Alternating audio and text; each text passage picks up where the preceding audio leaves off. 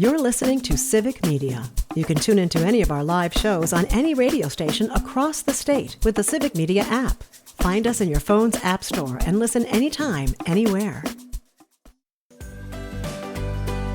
Good morning and welcome to Matt Nair on air. Jane Matt Nair, Greg Bach, and Calvin Butenhoff coming to you live from our studio here at Radio Park in Racine. You can always join us, call or text.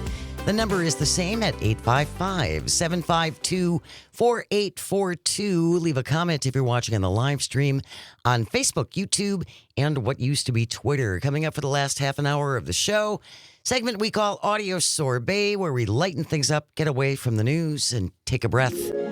Today we're doing an audio sorbet / audio gripe. Yes. Let me tell you something, boy. Yeah. Yes, audio gripe is coming back after the 10:30 news. This has to do with photographs and what you photograph and if you share these photographs with others. That just sounded like a precursor to it's going to get dirty. Well, you'll just have to wait and see. And then we're going to wrap up the show as we always do with This Shouldn't Be a Thing. Today it is the We Left a Note edition. There it is. So stay tuned for that. Right now he joins us every month for an update for which we're very grateful. He is Darren Von Ruden, the president of the Wisconsin Farmers Union. Good morning, Darren. Thanks for joining us. Good morning, Jade and Greg. Thank you for having me again. Well, another story, this time from the Milwaukee Journal-Sentinel. Anna Kleber with the byline, record crop yields won't lead to financial security this year for Wisconsin farmers. Here's why, and it's about the Trump tariffs, because that's what they are. They're the Trump tariffs. I'm curious, Darren, you're a dairy farmer, but you talk to many farmers across Wisconsin, even though I know I don't believe you grow soybeans. But what are you hearing from some of your fellow farmers? A lot of despair, a lot of frustration, a lot of the uncertainty that we're at. But mainly the frustration of why we're at the point that we're at. We've certainly seen some of the issues with First President tariffs back in 2018 and lost the market share there, and to come back and do the exact same thing expecting different results is not the best way to do things. It's never worked and never will work. So as of today, China has not bought any new crop soybeans, probably do not intend to, and so that just means bad thing. In Wisconsin here, we're somewhat insulated on the fact that a lot of soybeans do go into animal feed. So whether it's the dairy herds or the pork and poultry industry, we do use quite a bit there, which is going to make the dairymen happy and the poultry and pork producers a little more comfortable, because they're not going to have to pay those outrageous prices for feed if feed prices are high. So it's really not benefiting anybody, though, because the dairy producers and pork and beef or poultry folks want to see their neighbors be prosperous too. So trying to benefit off of somebody else's loss is not something that farmers are comfortable with. You talk about the first tariff war, trade war, and that resulted in when all was said and done, it was a $16 billion bailout to the farmers to help them with what they had lost because of this very thing happening now. And now Donald Trump is talking about another bailout, this time specifically for the soybean farmers. And we spoke with Pam Yankee yesterday, and she said that money would actually just pay down the debts incurred as part of the farming process. A lot of farmers already borrowed money for either seed or crops or other stuff like that. And I'm sure some of them will accept the money because they need to take it and they need to pay down that debt. But really, tell us, they don't want bailouts. They want markets. They want to be able to sell and make money and do a business and keep their farms going. I can't imagine there's a lot of farmers running around Wisconsin saying, I'm going to get a check. Yeah. The family farm industry that I am involved in and really care a lot about, we want to get our money from the marketplace. Mm-hmm. Now, with the style of agriculture that we're going to, when you have the investment firms and the lawyers and the doctors that are invested in them, they really don't care where the money comes from as long as they get the money. And so having this type of a portfolio going forward, if you're huge and don't really care about what's going on with the food that we need to produce and need to eat in this country, you're going to continue to take that check. And how do we change that aspect of agriculture and get away from writing these $1 million checks to individuals or investment firms, or in some cases even other countries, because they have have worked through those loopholes in this country to make sure that they can prosper off of us, and we don't even know about it most of the time. If you're just joining us, Darren Von Ruden is our guest on Matt Nair on Air. He's the president of the Wisconsin Farmers Union, obviously talking about the tariffs. We want to play a clip for you, Darren, from Secretary of Agriculture Brooke Rollins, who talked about, now, again, everyone is paying higher prices because of the tariffs. So essentially, when Donald Trump cuts a check to our farmers, he is paying the farmers back money they have already paid in the extra money they're paying on items that have tariffs. But Brooke Rollins, Trump's agriculture secretary, says this is a great thing. Calvin, let's play that clip, please. Can you tell us a little bit more about President Trump's plan to use tariff money to pay farmers? What does that look like? How much are we talking about? How long will that program last? It is a very elegant solution, right? The amount of tariff money that is coming into our country is stunning. The president had a vision. He's effectuating the vision. The vision is pretty remarkable. The whole entire world economy is now realigning around American products. Away from. Which is incredible. But again, to this moment of uncertainty, the ability to offset any payments to the farmers through potential tariff revenue is really where the president wants us to head, and that's what we're looking at very soon. One more. It's an elegant solution for a problem that this administration created. Yeah, and they created it back in 2018, and we're going to have the same exact result this time. That means farmers are going to be pushed out of business because we can't afford to stay in business. And and if there was a market out there that could replace losing the Chinese market that we're losing, we wouldn't have some of the issues that we're having. But there's no market out there that's that big that can consume that much of our soybean crop. We're working on some things right now in this country, trying to develop new markets for soybeans, but those markets are 5-7 years down the road. So in the meantime, 40 to 50% of our farmers are probably going to have to call it quits and move on to something else because they simply can't stay in business because they don't have a cash flow. But doesn't this go back to Trump's first agriculture secretary, Sonny Perdue, who said at the time, it's go big or go home.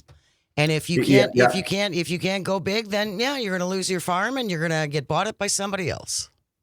Yeah, which is scary though, because at some point the only people or the only businesses that will be able to afford the farmland and the farms that are getting bigger is either large multinational corporations or foreign entities. And we can't afford to let our food system get into the control of somebody that's not the true American company or true American farmers.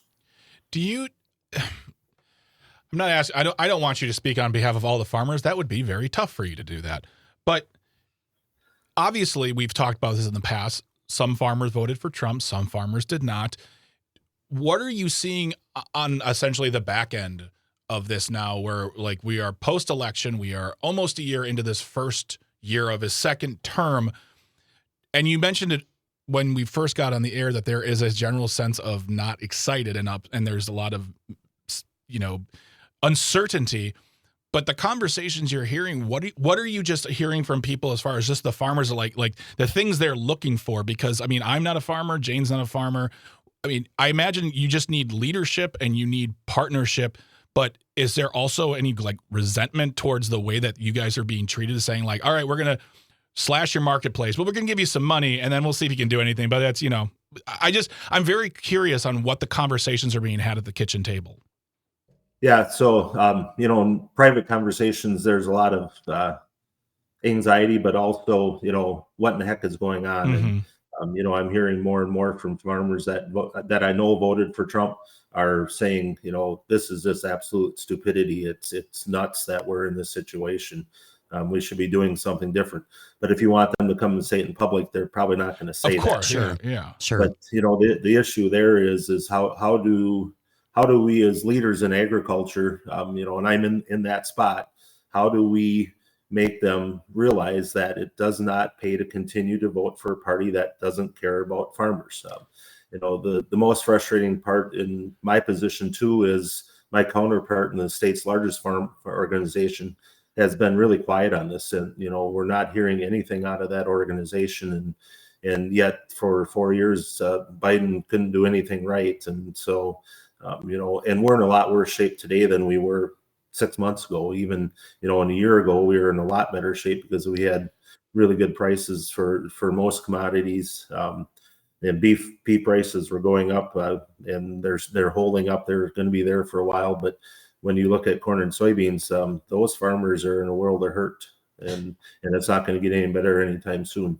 Darren, I almost wonder, it feels, again, and I'm going back to the first time around with Donald Trump and Sonny Perdue saying, well, go big or go home. It almost feels like there is a push for some of our farmers to fail so they get bought up by big companies. Let's not forget J.D. Vance, the vice president of the United States, helped back a company called Acre Trader, which opens up farmland and foreclosed farmland to investors. Yeah, it's a terrible situation that we're in, because not only are the farmers that have been farming for decades maybe really in trouble, but how do you get that next generation started? And when you have companies like that are just doubling and tripling the cost of land throughout the country, you can't get that next generation started. And if you're lucky enough to have a uncle or an aunt or father or your mother, that owns some land, and they're willing to give you somewhat of a break, you can certainly get into it. But trying to start that next generation is really, really difficult right now. And here in our area, the land prices in the last 5 years have just about tripled. So trying to get that next generation and younger folks, unless you've been given a silver spoon like our president has, you simply can't get into the business.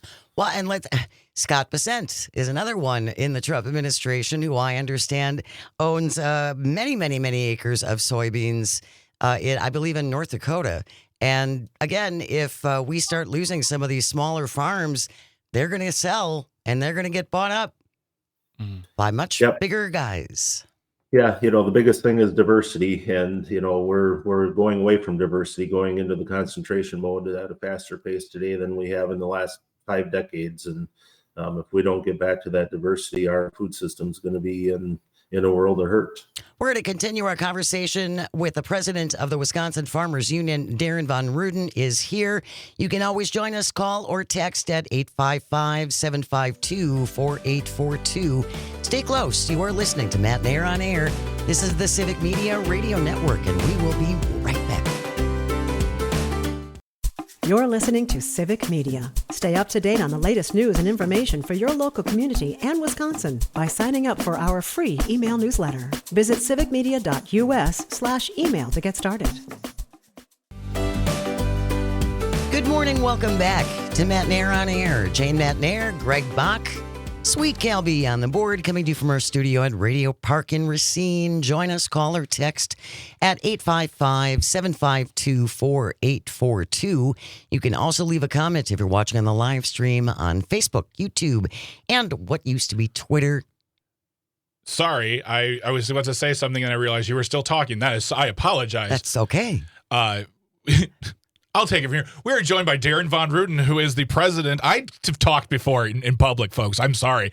What happened right there? He's new. Wisconsin Farmers Union. He is the president. He joins us once a month to talk about all things farming. And I know that I actually mentioned to you during the break that we would talk to him about his trip to Washington, you take a trip to Washington, but also something I remember that Darren did want to speak about was the fact that the government is shut down and how that is affecting the farmers right now. I mean, I imagine that payments and partnerships are being held to account and just sparkling right now while the government's doing nothing. Yeah, and certainly it's year end, so farmers are getting their year end reports done. can't get those into the Farm Service Agency offices because they're not open. Employees have been locked out of their computers, so they can't even try to do anything for farmers if they could. It's just it's a real frustration. Ultimately, yes, that payment schedule will happen. There's conservation payments that come out every once in a while, so that could be impacted by it. And just really looking at what's going on. Talking with a neighbor here the other day, he said, why are our House of Representatives and our senators and the president even getting paid during this time? Because they don't want to pay other federal employees, so they shouldn't be getting a paycheck right now too. And it's real frustration out there on the hypocrisy that's really on both sides. But certainly when you look at who's in control right now, it's Republicans in all three facets of the government. And they really need to come to the bargaining table and offer something that the other side will agree with, versus what they're doing right now is saying that, no, you have to agree with us on what we want. And, they need the Democrats' help to get the government back open. And right now they're not doing anything to try to make that happen. And Darren, I have to wonder, where do farmers get their health insurance? Well, there's a vast majority of us that are in the ACA. So, looking at that process, you're going to take the government check for the subsidy on your crops, but you don't believe that that you should get the subsidy for the insurance premium, and your neighbors in urban America and the cities across the country shouldn't get that subsidy either. So it's all right if you get it for the farm, but you shouldn't get it for anything else. And, what's good for the goose should be good for the gander is what I always say. And let's, keep the playing field level versus trying to offset. These carve-outs, right? These special group carve-outs.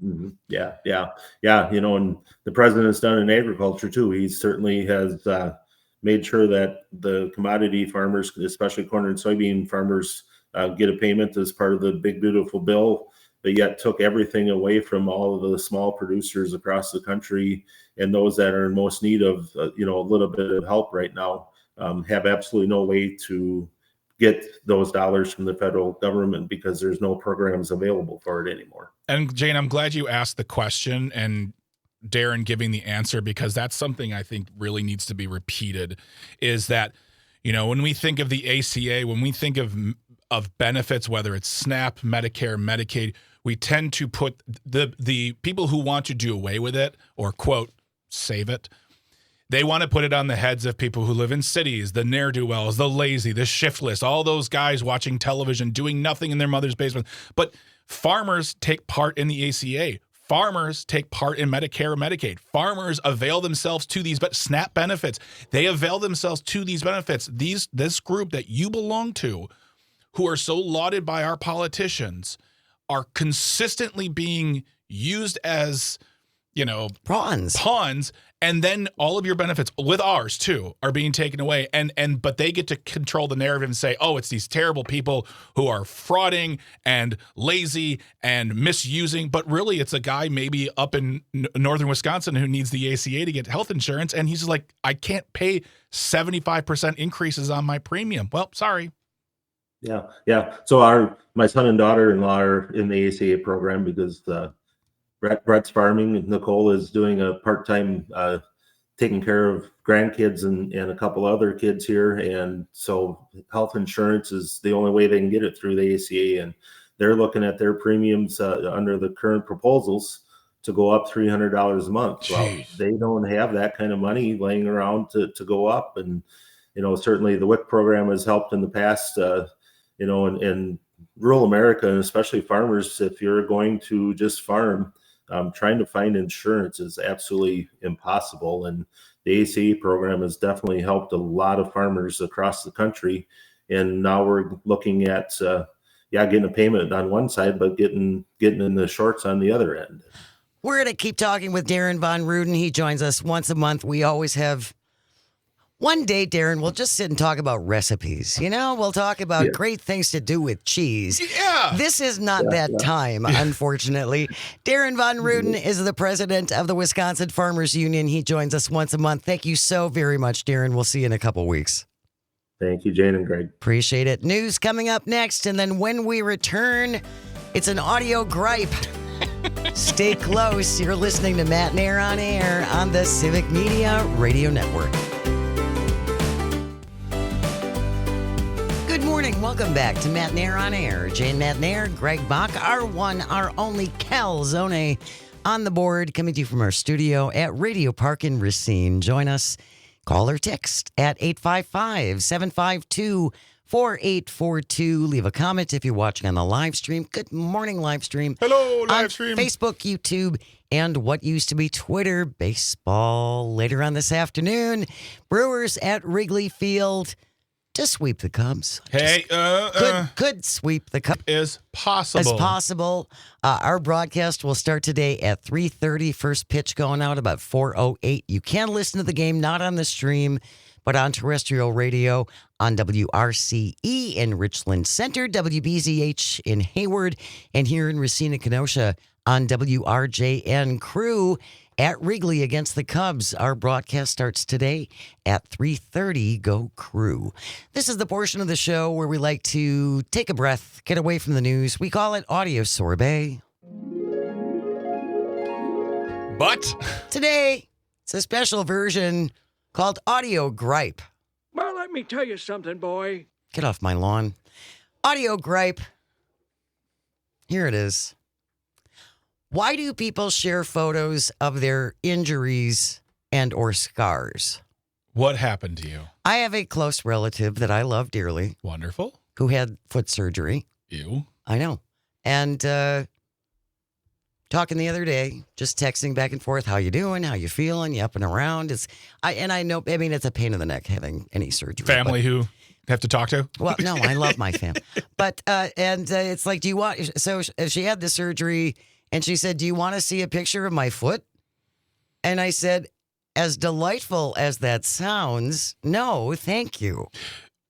But here's the question I have for you. Did this person then share a picture of their foot? No. See, that right there, I feel is amazing because there's a lot of individuals out there, we've all been there, where they say, you want to see a picture of something? And it's not so much a question as it is a setup to say, you're going to see a picture of something. Whether you want to or not. Whether you'd like it or not. And then you have to be, and then no, your full Midwestern takes over and you look and inside your head, you're like, I don't want to see this picture, but you don't have the temerity to say, I didn't get a chance to answer or no, thank you. So you are left. I want to say shout out to your friend or relative, your relative who listened and did not share. Did not inflict the photo on me. But I don't get that. I don't get, here's my scar. Let me show you. Here's I broke my leg. Let me take a picture and show you the 4 places I broke. No. No, why? Yeah. 855-752-4842. Are you a sender of said pictures? Or are you like me and the unwilling recipient of said pictures? 855-752-4842. What is it? What? No, I don't want to. No, thank you. Okay. Really? Well, I'm good. Okay. I feel like does this happen a lot? Well, you came in hot with this one today. You were like, I'm like, okay, and you just declared and then you had the nerve to say it was audio sorbet. I'm like, this is audio gripe, and that's where we put it. Yes, we put it into audio gripe because I am complaining. But I mean, and I haven't been on Facebook since 2019. Oh, that must be amazing. It is. It's fabulous. But when I was still on Facebook, people would share photos of like, here's a picture of my mother in the hospital where she's recovering from pneumonia. Yeah. Why would you share that? What? I feel like I'm trying to find reasons to defend the actions because I'm not the type of person that does that either. I wouldn't share a picture of myself. Well, first of all, I'm not sharing a picture of anyone else unless it's a we went to the park, or we like when my wife and I bought a house, Here's our new house. Here's our new house. Like something that's celebratory or marking a milestone. I get that. But not if I was in the hospital, and most definitely not someone else where we're like, click, here's my friend. They're in the hospital. Like, no, that feels like an invasion of privacy. Absolutely. That's what I thought too. Here's my mother recovering from pneumonia in the hospital. Wave, Grandma. But no. PJ on the live stream says, because scars are like a badge of honor, a.k.a. battle scars from life. I get that, and that's pretty dramatic, but there does something to say like, hey, you want to see my scar? And then if you want to say yes, then go ahead and say, I have a friend who I ask all the time, do you want to see a picture of this? And it's never anything offensive or like, but he's always like, always send it. Always do it. I'm like, he wants to see it all. Nah, I'm going to ask you anyways, because you never know. Mainly because I don't know if you're at work or not. But yeah, I mean, I get it. Like there's some, like you lift up your shirt and you're like, oh man, this is from when I was a kid and we got the shots. We used to get a dent in our skin because we were tougher back then. I get that. But I mean, again, this is where I fought off the bear. That's one kind of scar, as opposed to I broke my leg. Here's a picture of my broken leg. Yeah. Do you send, or are you like me and you don't want to receive photos of injuries and scars? Or other maladies. Ooh, malady, good word. Thank you. 855-752-484. Maybe I'm the only person in the world. You're not the only person in that the world gets these requests. By the way, don't text them into the text line to us to make a point either, please and thank you. What, pictures of your scars? Yeah, Yes. I mean, no, that's okay. We're good. Yeah. Do you do this? I mean, and I would love to know why you want to share your scar photos. Or are you like me and you don't send me the I don't need to. No, thanks. Okay. I don't even like to look at my own body. Why would I like to look at yours? Okay. Well, geez. All right. That's where, like, for me, my sister and I are very different because, like, she will watch those Dr. Pimple Popper videos. So I have no doubt in my mind if I said, hey, look, my thumb fell off, she'd be like, I need to see a picture of that right now. Yeah, I don't understand. I mean, that's a whole other topic. You know, why would you watch videos of that? But yeah, I don't. I mean, and that's a big thing. Yeah. I mean, my gosh. Yeah. It's millions of subscribers, millions of views. And I understand the visceral base sense of it all. Like, oh my gosh, what's going to happen. Then that the end is kind of the end is in the name of the title. It's kind of built in there. The doctor, Jonathan Pimple Popper, I feel like was born to do this. Wait a minute, I'm hearing breaking news that is not their last name for real. Oh, for real? It's a different last name. This opens up everything. I don't know. I feel like I'm on your side. I do not have the flurry of photographic evidence of various scars, injuries, or whatnot sent to me, but I feel bad for you. Apparently, just flooding in. Well, maybe I'm just squeamish. I don't know if it's, well, I mean, well, okay. So if I sent you a picture of, let's say, a bad cut of my finger, is it going to be like, ugh, gross, I can't look at that? Or is it like, why'd you send this to me? It would be, why did you send this to me? I don't think you're squeamish. I just think you have a thing of like, I don't want to see these things. They're not. Why? Okay. 855-752-4842. It is our slice of audio gripe today. Yeah. I have a very close relative I love and adore. Mm-hmm. Just had some foot surgery, and we were texting the other day, and she said, you want to see a picture of my foot? I said, gee, thanks. That was so, no. You know what sucks? Is that person, that relative was like, oh man, I wanted to show her my foot. Like, you bummed them out. That was the thing, is you were the cool water on their hot party. I destroy the vibe. You did. You're a vibe. I'm a vibe killer. Jane Metnier, vibe killing since the 80s. It's kind of my job. Yeah. Carol from Waukesha texting in on WAUK. I completely agree with you, Jane. I don't understand why people need to send such gross things. Thank you, Carol. I appreciate that. Oh, my God. Am I the only one? 855-752-4842. Jack from Merrimack, listening on WAUK, says, I recall when President Johnson showed pictures of his scar from some operation he had. I remember thinking, I didn't really need to see that. Yeah. Yeah. LBJ, like that is a man who I would say class oversharer. The tapes that are on him, they're not like Watergate where it's like crime. It's him saying things you're like, why would you say anything like this out loud to another?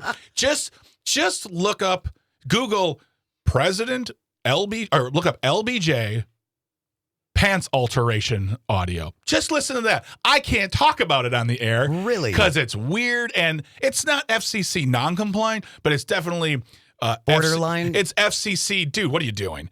Just look up LBJ pants alteration audio, and it's a whole new world. I just ruined your day. Audio gripe today in place of audio sorbet. People who like to send photos of their surgeries, their scars.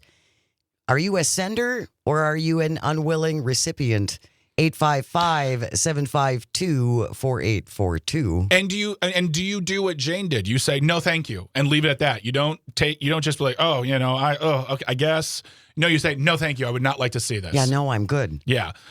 Carol listening on WAUK in Waukesha. These must be the same people that watch things like Dr. Pimple Popper. Yuck. Yeah, exactly. Anytime those videos come up in any of my feeds, I block them. First of all, I hide them. Then I block the accounts because I'm like, no, thank you. I don't want this. I'm good. They're the same people who post injury photos when people like whiff it at skateboarding or something. And I can watch someone fall off a skateboard, but it's when they fall off a building while skateboarding. No, thank you. Yeah, I don't want to see that either. 855-752-4842. If you'd like to join our audio gripe today, Barb from Heartland is on the line. Good morning, Barb. Thanks so much for joining us. We are talking about people who like to share photos of their injuries and their scars. I love it. You do? Wow. Yes. I love it. Can we get your email address? Everyone, Barb's email. Send them all to Barb. What is it, Barb, that you like about this? Fascinating. It's just like watching that show with the fat people. Like, how does this happen? Sorry, Barb. Which one are you talking about? There are a lot of those shows on TLC. I know. And it's like, what is so, like, I don't know. It's just like this weird fascination. How bizarre can things get? And I enjoy looking at it. All right. I really appreciate you. I really appreciate that, Barb. Thank you for that. And thank you for joining us and telling us that, because there are obviously, you're not alone. No, absolutely not. No. I mean, we have almost entire TV programs dedicated to things like that. We are fascinated by the unknown or the weird or the strange or things like that, or the slightly I think the palatable grotesque, borderline grotesque. Yeah. And now, granted, I also grew up in the 80s where there was literally a line of movies called Faces of Death, where it was just people for like an hour or so dying. So that's kind of, I feel like if you think about it, we've cooled it down a bit since then. I guess I should be relieved. Yeah. It's just foot surgeries now. Oh, man. Well, that has been very enlightening. Yeah. Oh, Calvin said that LBJ, he also allegedly make staffers give him reports while he was using the. Yeah, LBJ was a weird dude. Real weird. That'll be a whole different audio sorbet. When we return, we're going to wrap up the show with This Shouldn't Be a Thing. Hey, we left a note edition. You are listening to Matt Nair on air. Stay with us on the Civic Media Radio Network. You're listening to Civic Media. Find the latest news, information, and archives of all your favorite shows on the Civic Media website, civicmedia.us. Good morning. Welcome back to Matt Nair on air. Jane Matt Nair, Greg Bach, the board lord, coming to you from our studio at Radio Park in Racine. Join us, call or text 855-752-4842. Leave a comment on the live stream on Facebook, YouTube, and what used to be Twitter. Coming up tomorrow, Jim Santel will be here, host of Amicus, a law review Saturday mornings, 9 to 11 across the network. It is a great show. Among many other things we're going to talk about with Jim Santel is Attorney General Pam Bondi yesterday in congressional hearings. The most professional human on earth. It was really something. She really brought her "let me see your manager" vibe. Yeah, God. And apparently she had all her comebacks written down, so she didn't. hack. So she didn't actually have to answer any questions. She just came back with insults. We're going to talk to Jim Santel about that and many other things, including this Tom Homan thing, who was given $50,000 in cash in a fast food bag. And now Pam Bondi, the Attorney General, we don't want to talk about where that money is. Did he? And Homan says he did nothing wrong. Oh, he also has opinions on his serving in the federal government. I'm sure he does. Did he pay taxes on it? Was it just free and clear? Did he declare it? Anyway, Jim Santel will be here in hour number 1. In hour number 2, retired Major General and Randy Manner is going to be joining us to talk about Pete Hegseth's address last week to I have our a lot generals. of questions. Oh, Lots of questions there. And then for the last half an hour of the show, we will again lighten it up and talk sports with Civic Media sports guy Jimmy Kuska. indeed. He is a busy guy. He's not just talking about, we're going to be talking about the major sports, but he is one of our high school, college guys. Just high school, too. He is high school, absolutely. huge into High school sports. So all of that and more coming up for you tomorrow on Matt Nair on Air. Right now, Calvin, just about 10:55. That means it's time for... This shouldn't be a thing. Should you ever stumble upon a thing that you think should not be, send it into Greg and me at Jane Says at civicmedia.us, JANESAYS, Jane Says at civicmedia.us. This from NBC News, Jonathan Lloyd with the byline. The headline reads, Stolen California gas station dinosaur returned with apology note. Aww. See, we left a note. Claire, the Sinclair gas station dinosaur, Oh, it's the Sinclair Company? Never mind. was stolen last week in a crime caught on security camera video. The 50-pound fiberglass dinosaur named Claire, stolen last week from an LA gas station, has now been returned with an apologetic note. The 4-foot-tall mascot stolen last week. Video showed the person, because there's security cameras all over the place, using power tools to remove Claire, then loading her into the back of a pickup truck and driving away. A clerk at the station told NBC News she arrived early Monday to see that Claire was back. An attached note read, "I'm sorry for stealing. Please don't charge me."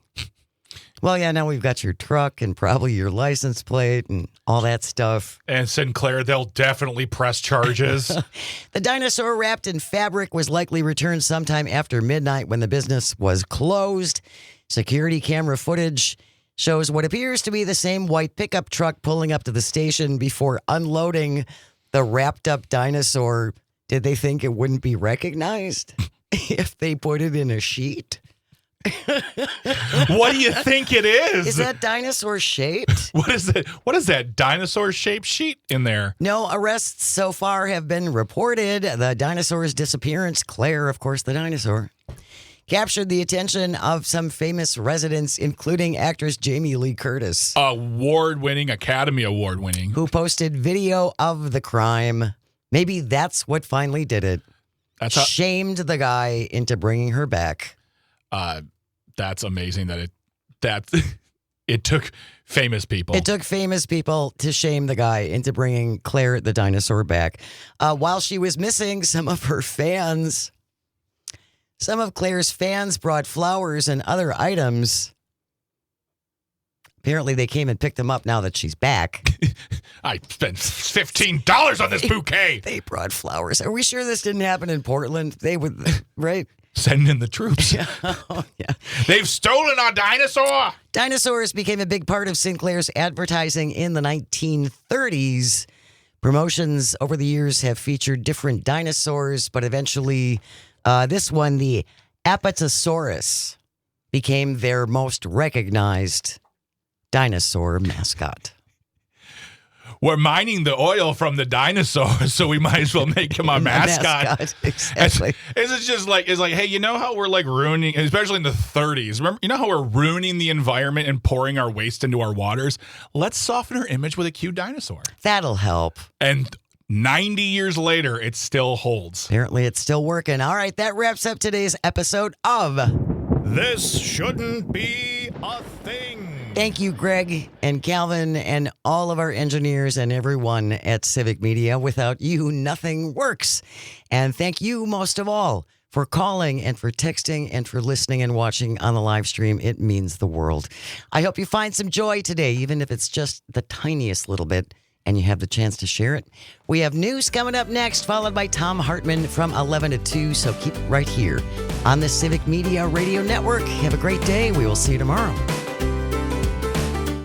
The national news cycle never stops, but it can be hard to find news about your local community. Civic Media is dedicated to providing quality local and state news coverage across Wisconsin. With the Civic Media app, you can get notifications about local stories that matter to you and your community. Find the free Civic Media app in your phone's app store and choose notifications from the menu to tell us what kind of news you want to hear about.